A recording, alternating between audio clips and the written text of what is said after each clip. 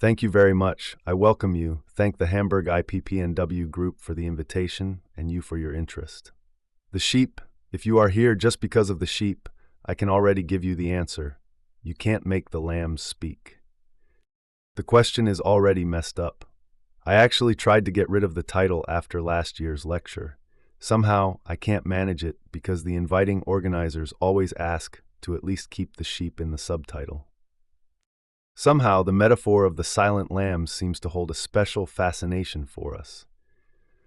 So let's grab the lamb by the horns and take a closer look at this metaphor, because its history already provides interesting insights.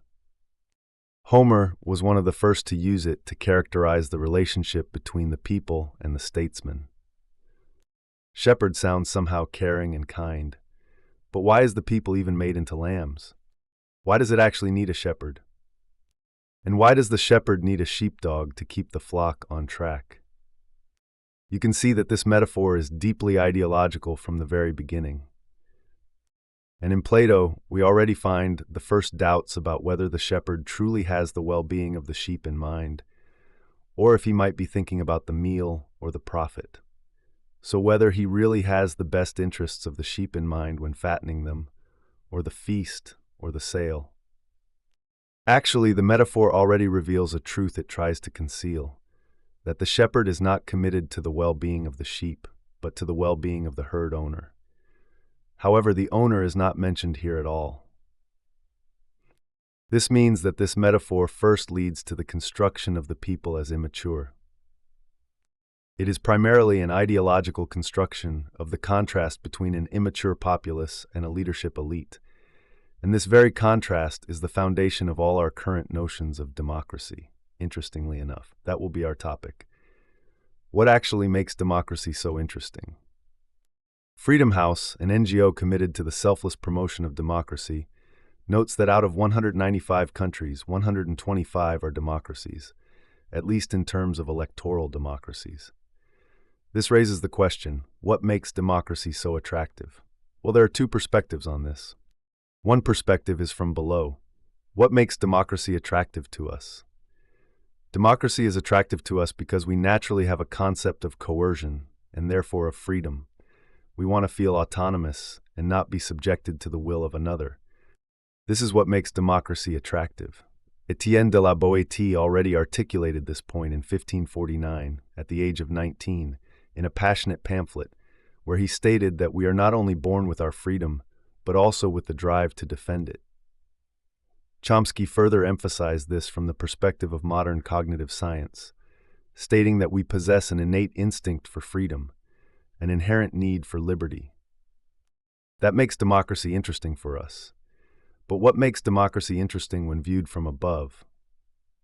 Nothing, because democracy precisely means limiting the power needs of the rulers, which they naturally have no interest in. This creates a tension between our natural desire to feel socially autonomous and self-determined regarding our societal situation and the rulers' need to stabilize their status.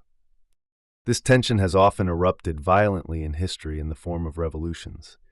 This is, so to speak, the fundamental historical tension, the problem that rulers always have to contend with. How can it be resolved if one wants to avoid bloody revolutions? Well, it can be resolved by placating the citizens' desire for freedom with a surrogate. It is satisfied with a substitute drug, namely the illusion of democracy. How can the illusion of democracy be created?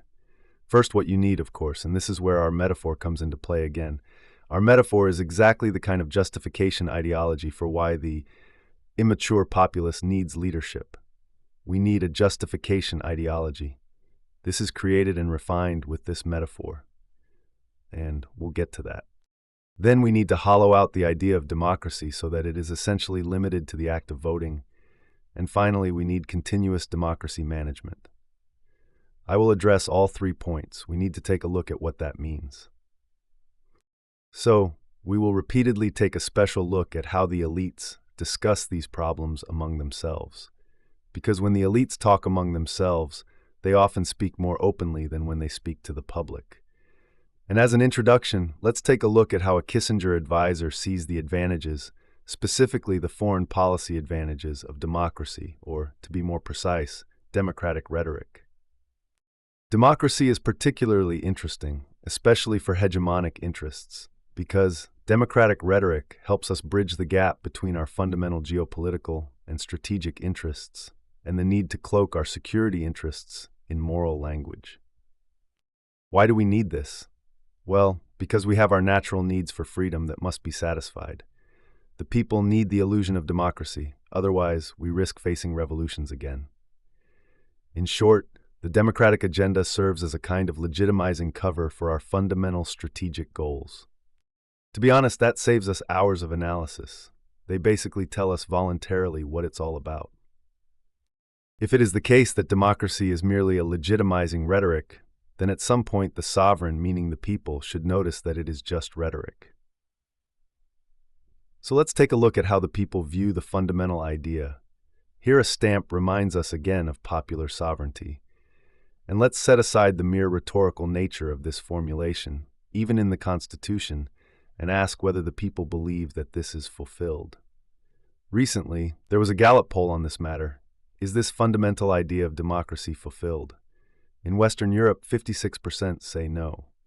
Interestingly, if we now look at other surveys, specifically the people's satisfaction with their leaders, we find that the majority of the population is largely satisfied with the political leaders. There is some grumbling at the fringes, as you can see here at the bottom, but you always have that at the fringes. The same applies to election results. Here, 68% are satisfied, 68% would vote again for the parties responsible for the current situation. This is surprising because it wasn't the lambs, it wasn't the herd, but the shepherds who dismantled the welfare state, invested $50 billion of public wealth in bank bailouts, expanded the surveillance and security state, pushed for the militarization of the EU, promoted the expansion of NATO, and so on.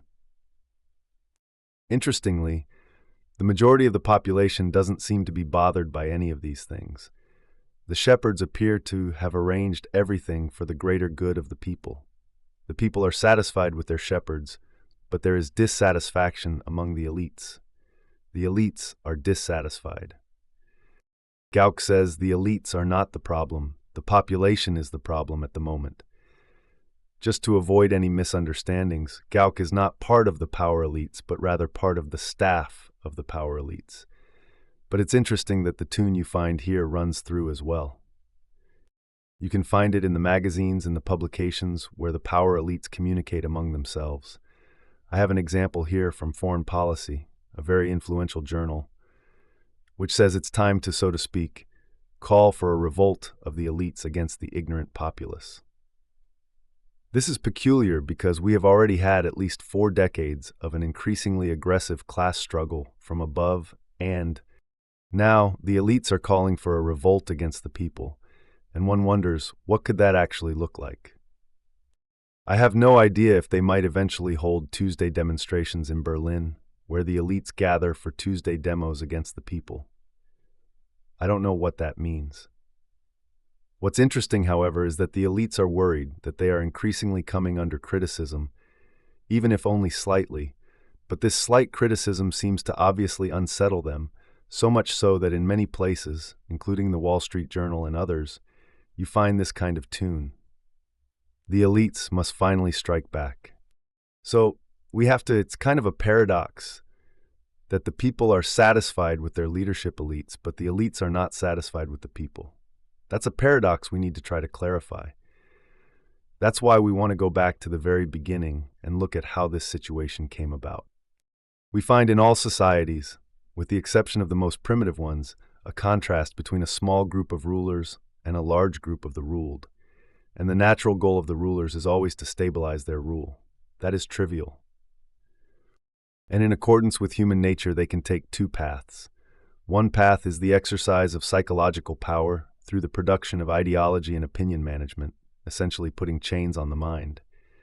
The other path is the exercise of physical power, the rule of the strong. This is, by the way, a very famous passage from Thucydides, the so-called Melian dialogue. Thucydides describes the Peloponnesian War, the relationship between Sparta and Athens.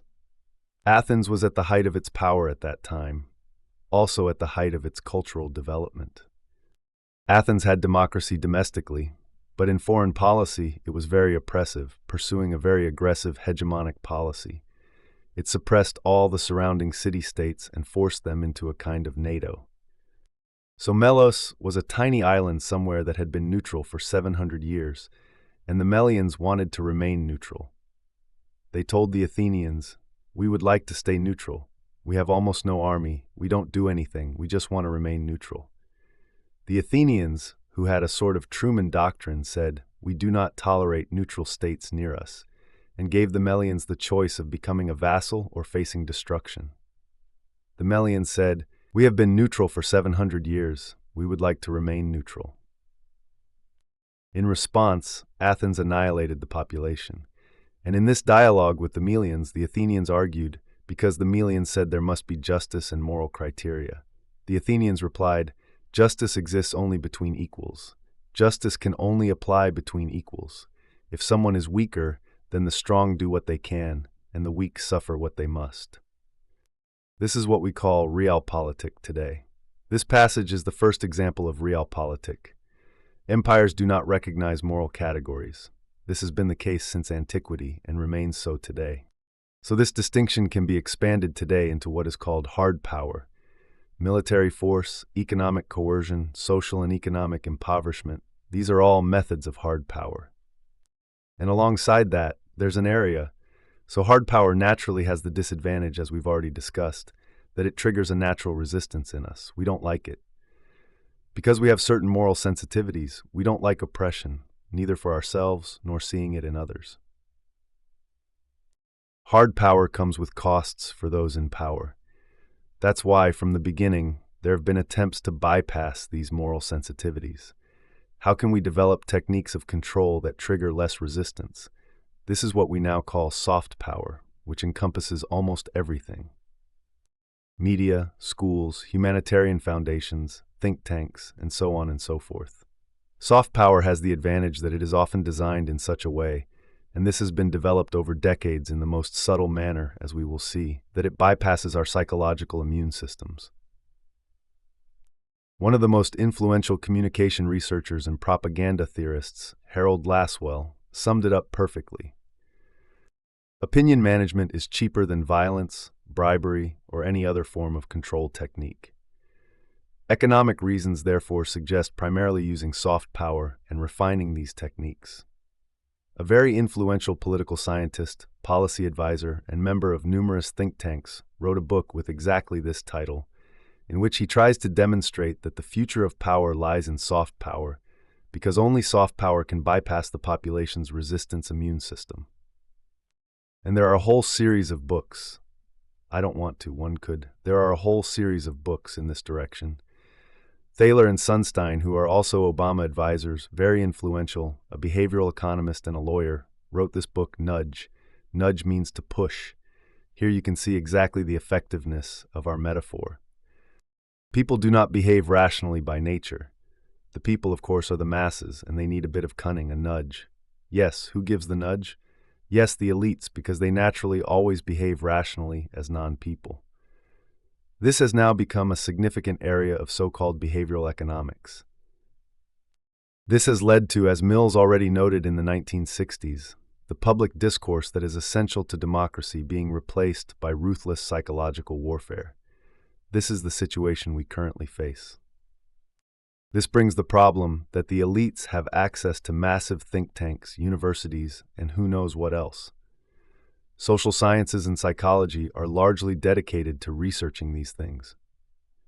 This has led to the ruling elites having a much greater understanding of our psychological dispositions, the nature of our minds, and our psychological resistance systems than we do ourselves.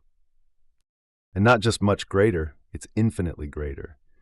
You really can't fathom the extent of the knowledge that the elites potentially have compared to our understanding, because we don't even perceive the nature of our psyche. It just functions. We don't even know these characteristics of our mind. The elites have potential knowledge about this. Here's just one example from Wikipedia. What actually influences decision-making behavior? Psychologists have discovered hundreds of interesting traits that we are not even aware of, which can be experimentally examined very precisely and are perfect weak points for manipulation. That means the elites know exactly how to manipulate our decisions, and we no longer have the knowledge about what knowledge the elites are actually using. Psychology and social sciences. This was already noted.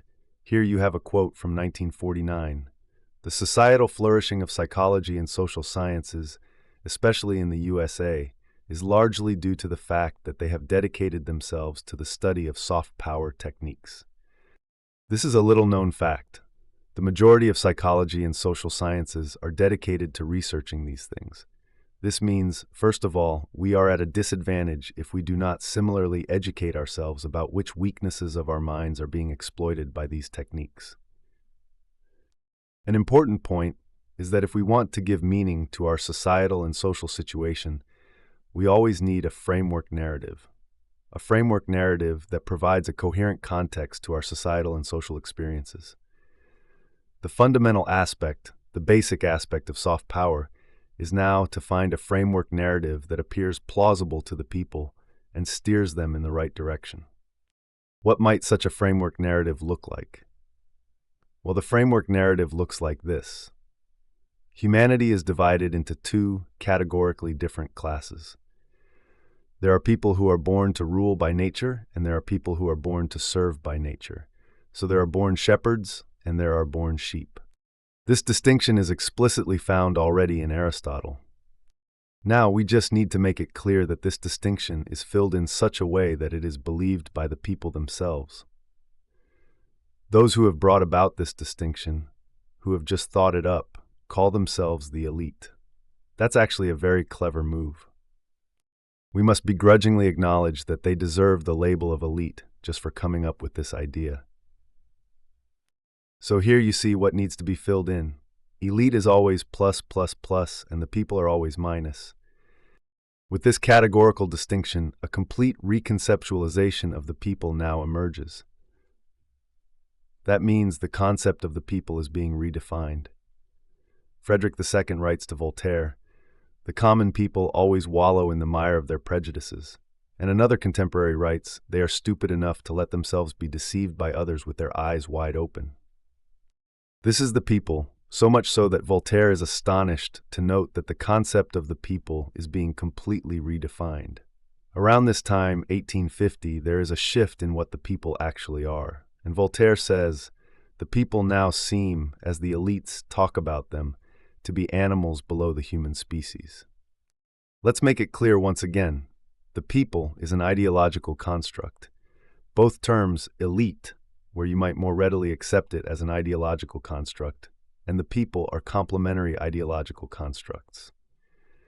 Now, we just need to fill in the gaps to place our lamb metaphor on a pseudo-scientific foundation, a foundation so convincing to the sheep that they adopt it as an ideology and are willing to choose their shepherds, or rather, their butchers, themselves. So this is something that runs through all the literature. The people are irrational, driven by impulses, capricious, not receptive to rational arguments, and focused on short-term self-interest. The elites, on the other hand, are responsible, possess sufficient wisdom, and so on. We are now introducing a categorical distinction between two classes of people, providing an ideological foundation for our metaphor of shepherds and flock. This gives us a justification ideology. Now we now have the most important basic ideology, a justification ideology through which it can be ensured. And that the status of the ruling class, particularly the property owners, is not threatened even in a democracy. All subsequent concepts of democracy are built precisely on this foundational ideology. Now, Cedric II, as we already mentioned, is considered an Enlightenment monarch.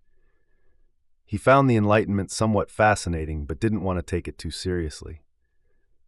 In 1780, he tasked his elite researchers at the Berlin Academy with a prize question. To justify whether it would be useful, he didn't phrase it exactly like this. That was one of his opponents who put it more pointedly. Whether it would be permissible to deceive the people. Of the 42 submissions, 2/3, albeit more or less convoluted and with many reservations, were of the opinion that the people should not be deceived, much to the displeasure of the monarch. The remaining third, to his satisfaction, believed that telling the people the truth would only result in chaos and revolution. Therefore, it was deemed important, for the people's own good, of course, to deceive them. The prize was then shared between both. The one who most strongly advocated for the goals of the Enlightenment in the most radical and open manner was Rudolf Zacharias Becker, a great public educator of that time, who then shared the prize. That means the situation looked something like this back then. Is it useful to deceive and lie to the people? 66 no, 33 yes. Should we take a vote today? I didn't make them. It's just a good estimate. We are living in an age of counter-enlightenment. Today, it is taken for granted. I gave you Mearsheimer's book. Today, it is taken for granted that lying is part of the business of politics and media. Juncker, who occasionally has particularly candid moments, said that when things get serious, you have to lie. In politics, it's always serious, so lying is essentially part of the business. It would obviously be easier for the shepherds if they didn't have to lie at all. If they didn't have to lie because the people no longer have any interest in the truth. Because the people are so apathetic and infantilized that they don't care what they're told. This point was also quickly recognized by the intellectual water carriers of the elites. That is, of course, the ideal situation. The most effective manipulation of our minds aims precisely at completely blocking our minds, blocking our mental capacity to form any convictions. There are some great tricks, and the picture already shows them in one: consumerism, infantilization, all sorts of things. This is a point that Hannah Arendt recognized very clearly when she said that the goal of a totalitarian system is not to make people believe this or that. No, it must be completely irrelevant to them what they believe, because they no longer have the ability to believe anything at all. To form any convictions. That is the ultimate goal, so to speak, of opinion manipulation. And to even have a concept of this, I want to provisionally call this type of manipulation. Oh, and first I want to give you two quotes to show that elites desire exactly this. There is a very influential famous sociologist, Robert Michels, who said that elites desire the apathy of the electorate. Michels is also known for, perhaps some of you are familiar with it, the iron law of oligarchy, which states that all things tend towards oligarchization, and oligarchic structures tend towards corruption. This is the iron law of oligarchy. But that's just a side note. Michels says the crucial and most valuable element of democracy is the formation of a political elite competing for the votes of a mostly passive electorate. This was a topic that essentially permeated all literature on democracy management in the 1920s. The most important thing is, how can an apartheid of the electorate be achieved? Today, they can no longer speak so openly. You still find the same ideas, but in much more coded language. Another example is from Leo Strauss. Leo Strauss is one of the most influential realpolitik philosophers, and he is the house philosopher of the American neocons. And he also says that when it comes to the masses, one of the most important prerequisites for the smooth functioning of democracy is voter apathy, meaning a lack of civic spirit. And he continues saying that while it may not be the salt of the earth, it is the salt of democracy. These are the citizens we need, those who read nothing but the sports pages and the comic sections. This is the explicit goal of the informed citizen. The elites fear nothing more than the informed citizen, and they do everything to undermine this goal. And this was still relatively openly expressed in the literature when the elites communicated among themselves. This type of manipulation, for lack of a better term, I will provisionally call mental poisoning. What does that mean? An analogy to the physical, like a physical poisoning. A mental poisoning is meant to largely paralyze our natural mental immune system against manipulation. This can happen in two ways. One is affective. How can this be done effectively? This can be done by generating hatred towards social parasites, asylum seekers, Putin, or whatever target they choose. And the trick is always the same. It's about diverting the transformative energy of the populace away from the centers of power and towards distraction targets. This can then be recycled as needed. That is the actual goal. Hatred is important, as Harold Lasswell clearly pointed out in the 1920s. There must be no doubt about who the public's hatred should be directed at. This is the task of the media. Hatred must be induced, hatred must be directed, hatred must be nurtured, because hatred ensures that there are distraction targets and the centers of power are no longer in focus. Then there's the fear of a worsening social situation or other fears. Fears have the advantage of completely blocking rational thought. This is also desired. And all the other things, consumerism and so on. These are mental poisons targeting the affective domain. And we have mental poisons that target the cognitive area. This includes the vast spectrum of Orwellian false words with which politics and media try to control our thinking through language. They exploit a natural tendency we have towards a certain word superstition. We think that if a word exists, then there is also a corresponding fact.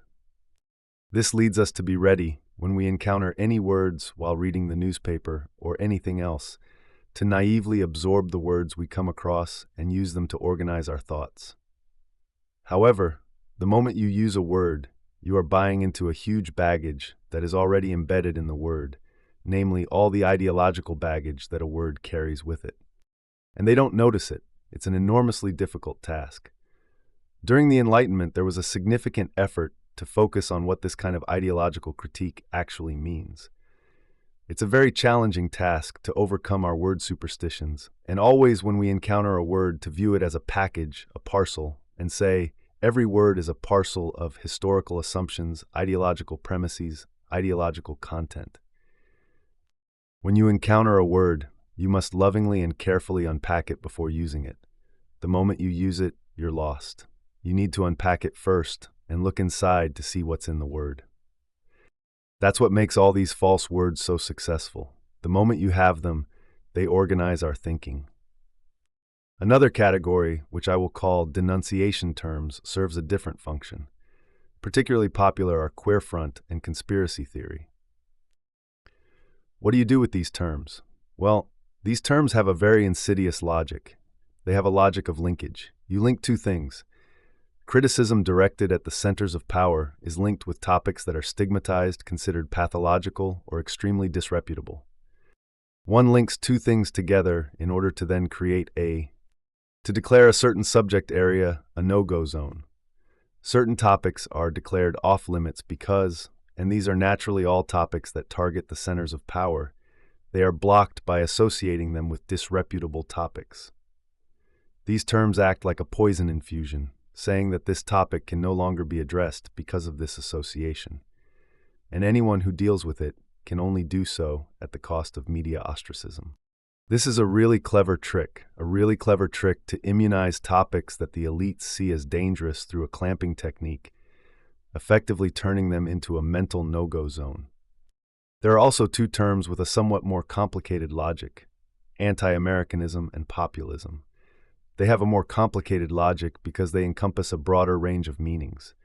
Indeed, historically, there has been genuine anti-Americanism. Anti-Americanism means an aversion to, or even a hatred of, American culture and the American people. This type of cultural racism, this form of anti-Americanism, was widespread in Europe at the beginning of the last century, especially among the educated middle class. A prominent example is Heidegger. There was a kind of cultural racism, this type of anti-Americanism. However, it only appears in today's discourses within the far right, where it is embedded in a nationalist sovereignty discourse. But it actually plays no role in political discussions. In political discourse, the term anti-Americanism is clearly used as a mere catchphrase, a pure fighting term to block criticism of the hegemonic power center. There is a much-praised book by a historian, Friedman, who says that anti-Americanism is a fighting term to fend off criticism. It primarily serves to ideologically stabilize the idea of American exceptionalism. So, anti-Americanism is also a term used to make certain topics off-limits for discussion. The same applies perhaps I should say a few words about exceptionalism, as it might not be familiar to everyone. Exceptionalism is, so to speak, the homegrown ideology of the USA. Exceptionalism claims that the USA, through its history, its culture, and the power of the Pentagon, which oddly enough is called the Department of Defense, are unique due to the peculiarities of their history, and not just unique like Denmark. Every state is unique. Denmark is unique, Germany is unique, Greece is unique. No, the USA has a uniqueness that is so unique that the USA only needs to follow international agreements, even if they have signed them when they see it as useful. It is explicitly stated that the USA does not feel bound by international agreements and cannot be judged by the moral criteria they apply to others. According to exceptionalism, the USA cannot commit war crimes. They also can't murder civilians. Only Russians do that. This means that exceptionalism frees them from all these bonds of legal or moral equivalence. Again, many intellectuals are ready to support this notion. One must say exceptionalism is a moral and intellectual pathology. But there is no pathology without intellectuals ready to provide a foundation for it. Similarly, with exceptionalism, there are intellectuals who argue that what the USA needs is the rejection of the principle they call moral equivalence.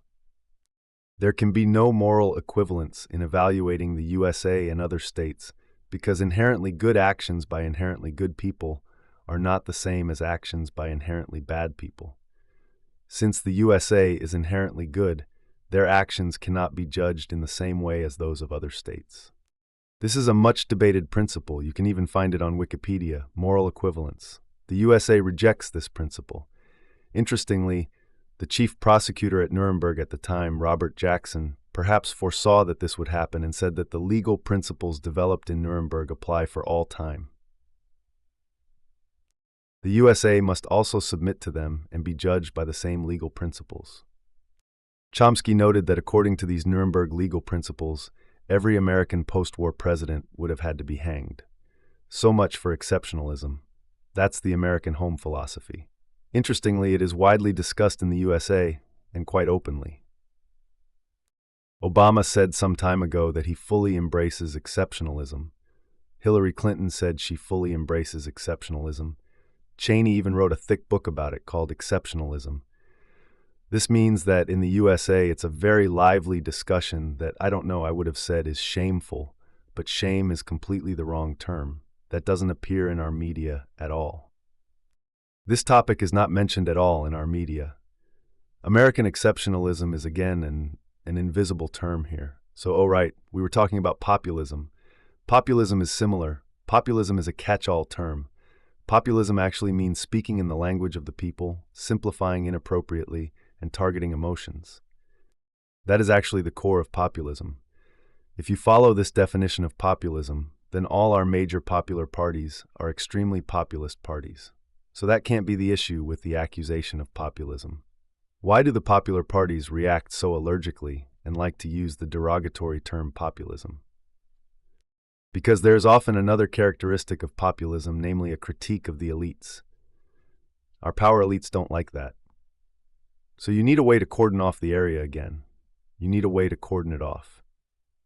This is where right-wing populism comes in handy, because it intensifies the categorical distinction between the people and the leadership elites by not conceptualizing the people as a state populace, but as an ethnically homogeneous body that has a common will as a body.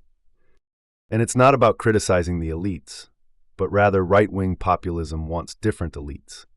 It wants elites because it argues that the current elites are too corrupt and immoral to implement the common will of an ethnically homogeneous body of people. So it wants different elites. It wants elites who are nationalistic and racially inclined, racially in this cultural racism sense, and to implement this will. This now gives our major parties the opportunity to create a new strategy and say that anyone who is populist, who opposes the centers of power, who criticizes the elites, just like the right-wing populists do, anyone who criticizes the elites, who formulates criticism against the centers of power, also tends to be racist. This way, we again create a linkage with a stigmatized area, and we have essentially turned the actual target of criticism into a mental no-go zone. Populism is also such a denunciatory term. Now let me give you a particularly crude and brazen example from the editor-in-chief of Die Welt, where you can once again observe the effectiveness of these tactics. Left and right, what do? Conflation. Conflation is the strategy. Left and right, the hatred for the elites grows. Right and left are the same. They are both elite haters. With this equation, I've won half the battle. I've made a certain area a mental no-go zone. And he still says, after decades of massive redistribution from the bottom to the top, that the weak are the ones benefiting from it. This is precisely the fundamental lie of capitalism. The fundamental lie of capitalism is that we all do better if only the top 1% have fattened themselves enough. That's the trickle-down theory. It drips down if we just allow the top 1% to fatten themselves. Just so you can see again how this rhetoric works in the daily press. So now I want to briefly touch on the usual forms of opinion manipulation and indoctrination after discussing the mental poisoning that aims to block our capacity to form convictions.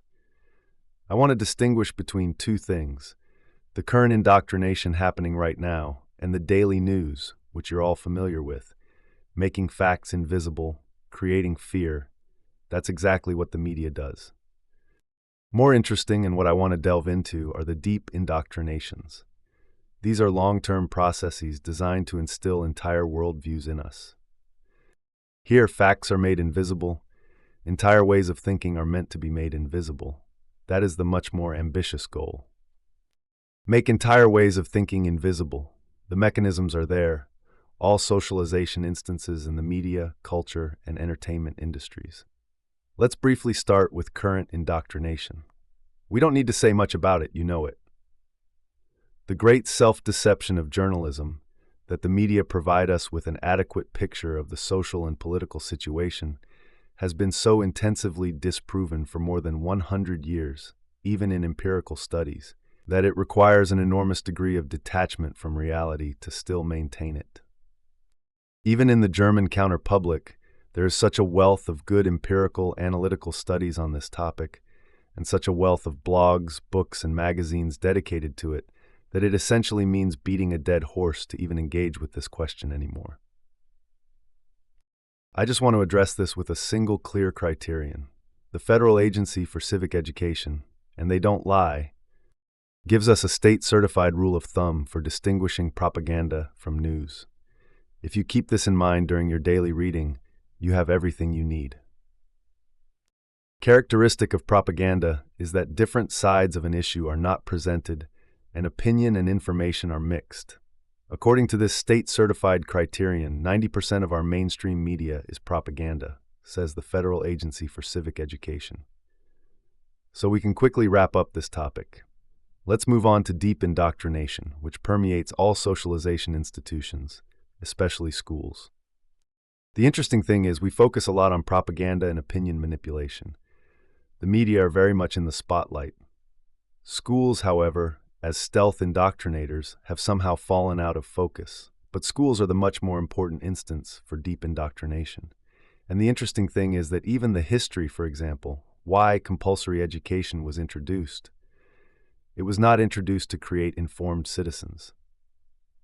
That was not, quite explicitly, not the purpose of compulsory education. The purpose of compulsory education was to raise obedient citizens and devout churchgoers. How is it possible that we forget this history of schools and continue to carry the ideology that schools are meant to produce responsible citizens? I'll give just one example, even from the 1920s by Bertrand Russell. He says that education systems were not developed to impart genuine knowledge, but to make the populace compliant to the will of the rulers. Without a sophisticated system of deception in schools, it would be impossible to maintain the illusion of democracy. It is not desirable for the average citizen to think independently because it is believed that people who think for themselves are difficult to manage. Only the elites should think. The rest should obey or follow the leaders like a flock of sheep. This doctrine has fundamentally corrupted all state education systems, even in democracies. In 1922, these are things that have completely fallen out of focus. How much schools, but also universities, actually serve this deep indoctrination. I want to mention two examples. The first example is the idea of a benevolent empire. This idea was systematically instilled, especially in Europe and particularly in Germany, after World War II. suggesting that there are empires that not only engage in realpolitik, but are also morally benevolent, acting as moral agents whose actions are driven by kindness and goodwill. This is, of course, a historical absurdity.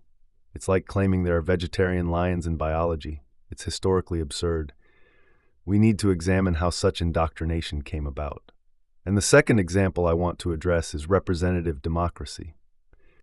Let's look at the first example. It was planned in a very systematic way. How can we ensure that our motives, you can see the connection to exceptionalism again. Everything we do is driven by noble motives.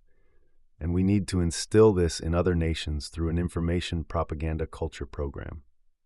A year later, we had the CIA Congress for Cultural Freedom in Europe and Germany. You might have heard of it. It was widespread.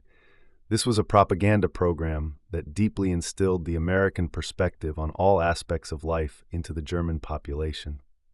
After that, we were convinced that benevolent empires exist. So this was done here just an example, from the time when it was strategically and systematically established by the Council of Foreign Relations, which is, by the way, the largest and most powerful NGO that exists. Many might not have heard of it. That means it is extremely successful because it is invisible. It is a very informative book that was recently published on the topic. There is also a German branch, the German Council on Foreign Relations, so they largely planned this. If you take a look at the logo up here, it can be enlightening, not for the general public, but the elites know how to read it. This is, of course, no marketing for tournament riding or anything like that. But here you see, in Old Latin script, ubique, meaning everywhere, and one wonders what they actually mean by that. If you look into it, you'll find on a coin from Emperor Nero, who is also known for his benevolence, exactly this ubique. And what did that mean? What did he symbolize with it? He symbolized the Pax Romana. All countries are subdued. The Pax Romana was, so to speak, the hegemonic justification, the grave-like peace of the surrounding nations. All were subdued. That is the Pax Romana. What this logo conveys is the Pax Americana. The goal here is the hegemonic claim. Let's take a look at a few more voices from the elite, so you can see that they actually talk like this among themselves. Robert Kagan, a very influential political strategist and advisor. By the way, he is the husband of Victoria Nuland, whom you probably know. She was the one with the $5 billion for Ukraine as part of the groundwork for regime change. And there's another story about her. So he says, we are unique in this. We have greater power than any other nation has ever possessed. The reference point, now you see Pax Romana again, is the Roman Empire. Charles Krauthammer, considered one of the most influential political commentators, says, we are not just a hegemonic power, we are a uniquely benevolent empire. And here as well, Rome is repeatedly a reference point for the US elites. Since Rome, there has been nothing like us. So, and if you already think this kind of statement is a loss of touch with reality, then you might particularly appreciate Hillary Clinton's statement, which is why it's highlighted in a special font. The greatest country that has ever been created on the face of the earth for all of history. For all of history, humility also has a name. So our reference point here is always Rome. Let's take a look at whether there are contemporary accounts of what the Roman Empire actually was, if it is supposedly the ideal model for the USA, if that's how we are and how we want to be. Here is a description of the Roman Empire. Their arrogance could not be escaped through obedience and submission. As robbers of the world, they now scour the sea, having run out of lands to destroy. If their enemy is rich, they are greedy. If he is poor, they are insatiable in their lust for power. Abduction, slaughter, and theft they falsely label as empire, and where they create a desert, they call it peace, says Tacitus. So he put it in the mouth of a general. But that was the description of the Roman Empire. What are the driving forces behind it? Well, George F. Kennan, one of the most brilliant American political strategists who developed much of the post-war order, identified them.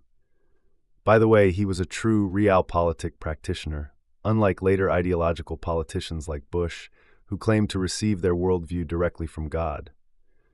He was a true realpolitik strategist who even in 1997 warned against NATO's eastward expansion, not for moral reasons, but for purely pragmatic realpolitik reasons.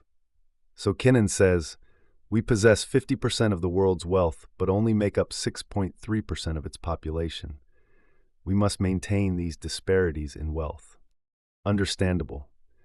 And then he says, to achieve this, we will have to forego all sentimentalities and daydreams. For a reader from the herd, for a reader from the people, this prosaic formulation, having to forego daydreams, sounds rather cute. We all have to forego daydreams sometimes. For a member of the elites, the formulation of what this means, having to give up all sentimentalities and daydreams, means violence, violence, and extreme violence. The thrust is that we must preserve these wealth disparities. If you look at the situation today, it has of course become even more extreme. And you see here, Germany is not doing so badly. Better off, we live significantly beyond our means in terms of our ecological footprint. Therefore, to maintain this prosperity, we must give up daydreams. Germany will also be defended in Africa. We need a militarization of the EU and an expansion of NATO. It's the same logic as before. So, the great American social historian says that the driving force of this empire has always been the unwillingness to live within its own means. We need to keep that in mind. Now, there are many indicators which you are familiar with, so we don't need to go into detail. There are many indicators. They show the benevolence of this empire. For instance, there are the defense expenditures. You see, the USA practically surpasses the defense spending of the entire world. The New York Times recently cited a secret CIA report detailing the support of terrorists over the past 6 decades, including murders and attacks initiated by the CIA. And Chomsky dryly notes that the only conclusion one can draw from this report is that by the criteria the USA itself has set for defining a terrorist state, the USA is a leading terrorist state. Unless they are once again shielded by exceptionalism and a lack of moral equivalence. George Friedman also recently said that the USA controls all the world's oceans. This has the advantage that we can invade any country, but they can't invade us. That's a nice story. That's the beauty of it. When the elites talk among themselves, we get much more open information. Here you can see the American bases. No other nation in all of history has had so many military bases around the world. If you look at the map, then one might ask, who encircled whom? A glance at the world map is enough, as you will search in vain for threatening Soviet bases in Bermuda, Cuba, Mexico, Alaska, Canada, or Greenland. However, you will find American bases from Norway, through West Germany, Greece, Turkey, and Pakistan, all the way to the Kuril Islands. If you ask who said that, you can see how long we've actually had these deep indoctrinations. The sentence sounds so modern, but it comes from Arnold Schmitz in 1957. This means that the deep indoctrinations of the benevolent empire are so deeply ingrained in us that they can no longer be corrected by facts. They can no longer be corrected by facts. If you regularly read Spiegel, Süddeutsche, FATS, or TATS and look at the map, you will say, yes, you can see how aggressively Russia has moved closer to the American bases. And if it comes to a final confrontation between Russia and the USA, which seems to be a matter close to the heart of Hillary Clinton and also the German mainstream media, then Europe will naturally be the nuclear sacrificial victim. But the USA, in their benevolence, are gladly willing to make this sacrifice. So here you see once again at this point the slogan and essentially the success formula of capitalism has always been, no war is also not a solution. So these are the military aspects of benevolence. And now let's look at something else which we should also examine much more intensively because it's not our main focus, namely what Arundhati Roy called the NGOization of resistance. The entire world is covered by a global safety net of NGOs, some of which indeed engage in humanitarian activities. The Gates Foundation, for example, focuses on providing toilets for all of Africa. Many other organizations do social work, humanitarian work, but even the NGOs, which are particularly good at carrying ideologies, are philanthropically packaged. We have an entire network of philanthropically packaged institutions that primarily exist for ideology. They are not committed to the people they are supposed to help, but rather to those who finance them.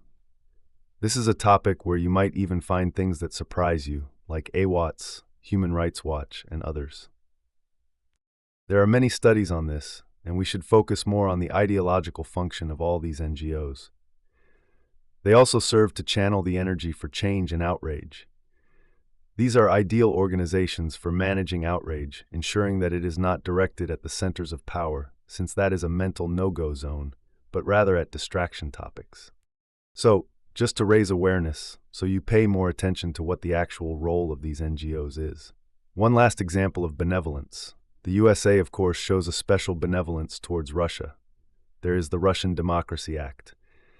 As part of this, according to official documents, the USA has flooded Russia with 65,000 NGOs. Imagine if Russia had established even just 10,000 or 500 NGOs in the USA with commendable goals, not political ones, against racism, against corruption, and against the political apathy of the population. These are undoubtedly worthwhile goals. There you see again the asymmetry of this situation. How different the notions of what benevolence is, so to speak. So this notion that the USA is a benevolent empire is a deep indoctrination so deeply ingrained in us that one could say it is one of the most successful, aside from religious deep indoctrinations, the most successful deep indoctrination in history. Now I want to mention a second example, representative democracy. Is representative democracy the best embodiment of the democratic ideal? Until the mid-19th century, democracy, by which they meant participatory democracy, tracing back to ancient Athenian democracy, was disparaged as mob rule. This is why the founding fathers of the USA had a strong antipathy towards anything democratic. They said whoever owns the land should also govern it. And they aimed for the Constitution to secure the property order, and they only later decided on it because the word democracy has such a sedative effect on us. They actually wanted a republic, which means a rule by elites who are somehow committed to the public good, but they did not want a democracy. They only used the word democracy much later. The magic formula was, this is an American term which only came into the world through the founding fathers, representative democracy. Representative democracy means we secure the rule of the elites and protect the property order. This means that from the very beginning, representative democracy served to defend against democracy. This can be traced back as well. Later on, it was said that what we need is a minimalist democracy, the rule of politicians. Democracy should mean nothing more than the selection of power elites, a competition for the people's votes. The only kind of democracy that can be allowed is an elite democracy. A representative democracy is an elite democracy. This was criticized from the very beginning. I'll just give you a few voices now. There's a vast literature on this. It was massively criticized by everyone who takes the idea of democracy seriously. The concept of representative democracy was actually seen by all political thinkers as something that serves to defend against democracy. And yes, Hannah Arendt says that this only reproduces the age-old distinction between rulers and the ruled. This spans the entire political spectrum. Here I give you a constitutional lawyer and then judge at the Federal Constitutional Court, who also says that the people are not taken seriously as a decision-making entity. Representative democracy is not one. Representative democracy is just a competitive order, an oligarchy. And here Ingeborg Maus, one of the most significant German theorists of democracy, says that it is practically a refeudalization of the political system.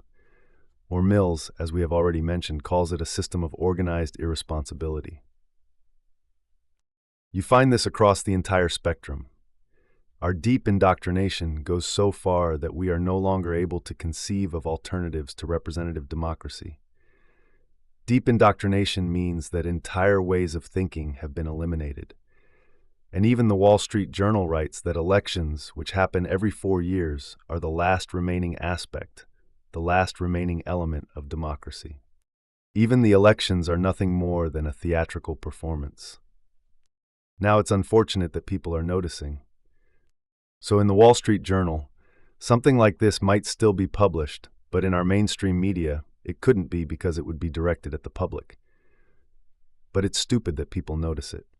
Who is responsible for people noticing these things? Yes, who is responsible for the crumbling infrastructure, healthcare system, and education system in the USA. Who is responsible? The Russian. Here's the recently released report from a think tank, the Kremlin Playbook, on how the Russians are playing us. The perception is that you note a dysfunction in Western democracy. Whatever you mean by dysfunction, but you say it exists, and that our perception of it is the Russians' fault. So, this is something that the great woodcut artist Gerd Ons, a political artist in the 1920s, captured perfectly. Ensuring an election procedure does not legitimize power and rule. Here you see his election wheel with the parties you can vote for. Here at the top, you see social democrats and trade unions playing a double game. In public, they call for revolution, but behind the scenes, they bow to capital. The population can only spin the election wheel, and the only ones standing aside and not participating are the representatives of a council democracy. They say, no matter what the people vote for, they will be betrayed. This aligns with what Mussolini said: elections can be held. Everyone can vote until they're bored to death, until they're completely stupefied. The election is the least interesting aspect of democracy. Democracy should be about participation. It should be about public discussion of issues. And the election is always just the last resort. If no other agreement can be reached, one can consider making a majority decision. Voting is the least interesting aspect of democracy. So I just want to briefly mention this. There are many alternatives, and this again shows deep indoctrination. You usually don't even know about participatory democracy. Elections only as a result of public discourse, government by the people, and not government by elites for the people. These are concepts that have been intensely discussed in literature for the past 100 years, with developed models like council democracy, participatory democracy, deliberative, and inclusive democracy. There are numerous proposals on how to ensure participation in democracy in a serious sense. Now we come back to our problem of linkage. There is another critique of representative democracy, namely from the ethnic right, which we have already discussed. The ethnic right shifts from the demos to the ethnos, from the people to a homogeneous national body, and then has the ideology that if the national body is only homogeneous enough, if we exclude and reject everything that disturbs the homogeneity of the national body, then it can form a common will, and we need leadership elites to translate this common will into political action. And then, according to these ideas, even a dictatorship is considered a democracy because a dictator can also implement the general will of an ethnically homogeneous people. This means that for the ethnic right and in right-wing populism, it is not about serious democratization, but rather about the abolition of democracy in the Enlightenment sense.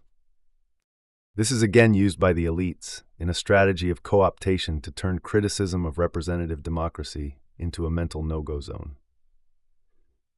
I just want to mention 3 pieces of literature because the topic is so complex that one would actually want to delve much deeper into it. I'll quickly name just 3 references. A very informative and enlightening book, brilliantly and passionately written by Daniela Don, which should actually be required reading in social studies classes. Then there's a book by Ellen Meiksins Wood, a very well-known and prominent social historian in the USA, which has been translated. And if you want the grand intellectual map from one of the most significant democracy theorists of our time, if you want the grand intellectual map of all these topics, you can take a look here. All these topics have completely disappeared from our public discourse and realm of thought due to the deep indoctrinations we've discussed. The advantage of a representative democracy from the perspective of the elites is that the people's energy for change is limited to choosing different shepherds from the shepherd owner's staff. You can always choose others. Thus, the energy for change is channeled through the election of different shepherds. Because they are in the public eye. And here you see a picture of Johannes Kepler. You can't see those in the dark. Here is the people entrance closed. The actual centers of power are invisible. The actual centers of power are invisible. That's the joke of representative democracy. We vote in places where the vote hardly has any effect, because we are essentially always choosing from a highly pre-selected elite group. In feudalism, it was still easy. you could see the centers of power. This would awaken our natural sensitivities, which would then erupt in revolution or something else. In the illusion of representative democracy, we no longer see the centers of power at all. The centers of power have become invisible to us. This is something that has been systematically worked on, especially in recent decades, a massive shift of power from governments to large corporations. The real centers of power are no longer accessible to us and are not affected by elections. They are no longer affected at all. This means we have systematically created mechanisms through which economic power can be transformed into political power. That's the whole point of the system, to transform economic power into political power. The trick is to create new actors, namely large corporations with extremely totalitarian structures, the most perfect totalitarian structures that humanity has created in cultural development. No accountability, no insight into the structures, no transparency towards the population. And at the same time, we have created mechanisms for the systematic legalization of organized crime by the owning class. In the 18th century, they were called the consuming estates. So everything we have here is a legalization of organized crime by the owning class. These are the mechanisms we've seen in recent years. This is the program of neoliberalism, the neoliberal revolution from above. And finally, I want to show you, yes, that includes C as well. I just want to show you in conclusion. I want to show you another comparison to illustrate the totalitarian structure of neoliberalism. What characterizes neoliberalism? You can find it explicitly in the writings of the founders of neoliberalism, a hatred for 1789. 1789 symbolizes the Enlightenment, the adoption of civil and human rights by the French National Assembly. It states that the symbol of 1789 stands for the welfare state and egalitarian democracy. The ideological basis of neoliberalism is social Darwinism, glorification of the strong, and contempt for the weak. Extremely hierarchical elite oligarchy, myth-free market, the role of the individual. The individual must completely subordinate to the market. You are nothing. The market is everything. Neoliberalism aims not just at partial aspects of organizing a society, but at a totalitarian shaping of individuals. He wants to create the neoliberal subject. When you look at it, you see and say, oh, those are exactly the characteristics of totalitarianism. What is the prototype of totalitarianism? The prototype of totalitarianism is fascism. Let's take a look at how fascism differs. Actually, not at all. But the ideological basis, myth of the nation, race, ethnically pure national body, we've already talked about that. You are nothing. Your people are everything. You see, there is a strong structural similarity. We must not lump everything together, but there are interesting structural similarities between neoliberalism and fascism. Goebbels said that this would erase the year 1789 from history. For fascism, 1789 was also constitutive, a very important point. And here you see Ludwig von Mises as one of the founding fathers of early neoliberalism. It cannot be denied that fascism was full of the best intentions. The merit that fascism has thereby earned will live on forever in history. There has always been a fascination among neoliberal proponents for fascism. Now let's briefly look at what the year 1789 was. It was the idea of the enlightened citizen to make rational, reasonable people. And the most important principle was humanitarian universalism, the recognition of a fundamental equivalence. Don't fall for the trick of equality again. It's not about the equality of all people, it's about equivalence. This is a normative, not a descriptive aspect. The equal worth of all people. The counter-enlightenment, which we have already encountered many times, is the belief in the fundamental superiority of one's own biological, social, cultural, religious, or national group. In other words, racism, chauvinism, nationalism, and exceptionalism. The Enlightenment was about ensuring that every citizen has a fair share in all decisions affecting their social life.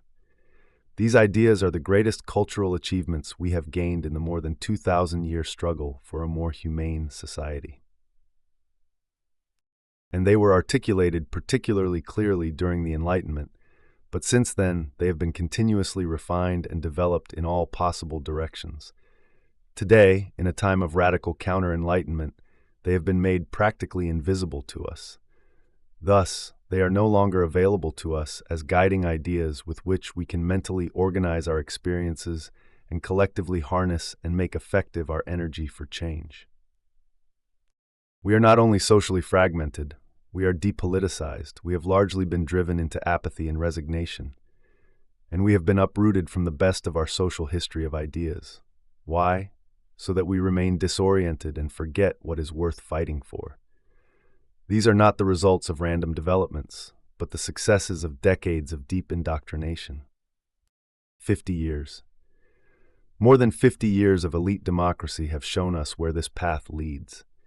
It is the path of destruction, the destruction of community, the destruction of the idea of community, the destruction of millions of lives, the destruction of cultural and civilizational substance, especially in the Third World, and the destruction of our ecological foundations. The beneficiaries of this destruction have no reason to change this path of destruction. The necessary energy for change can only come from below, from us. This is our task and our responsibility. Thank you.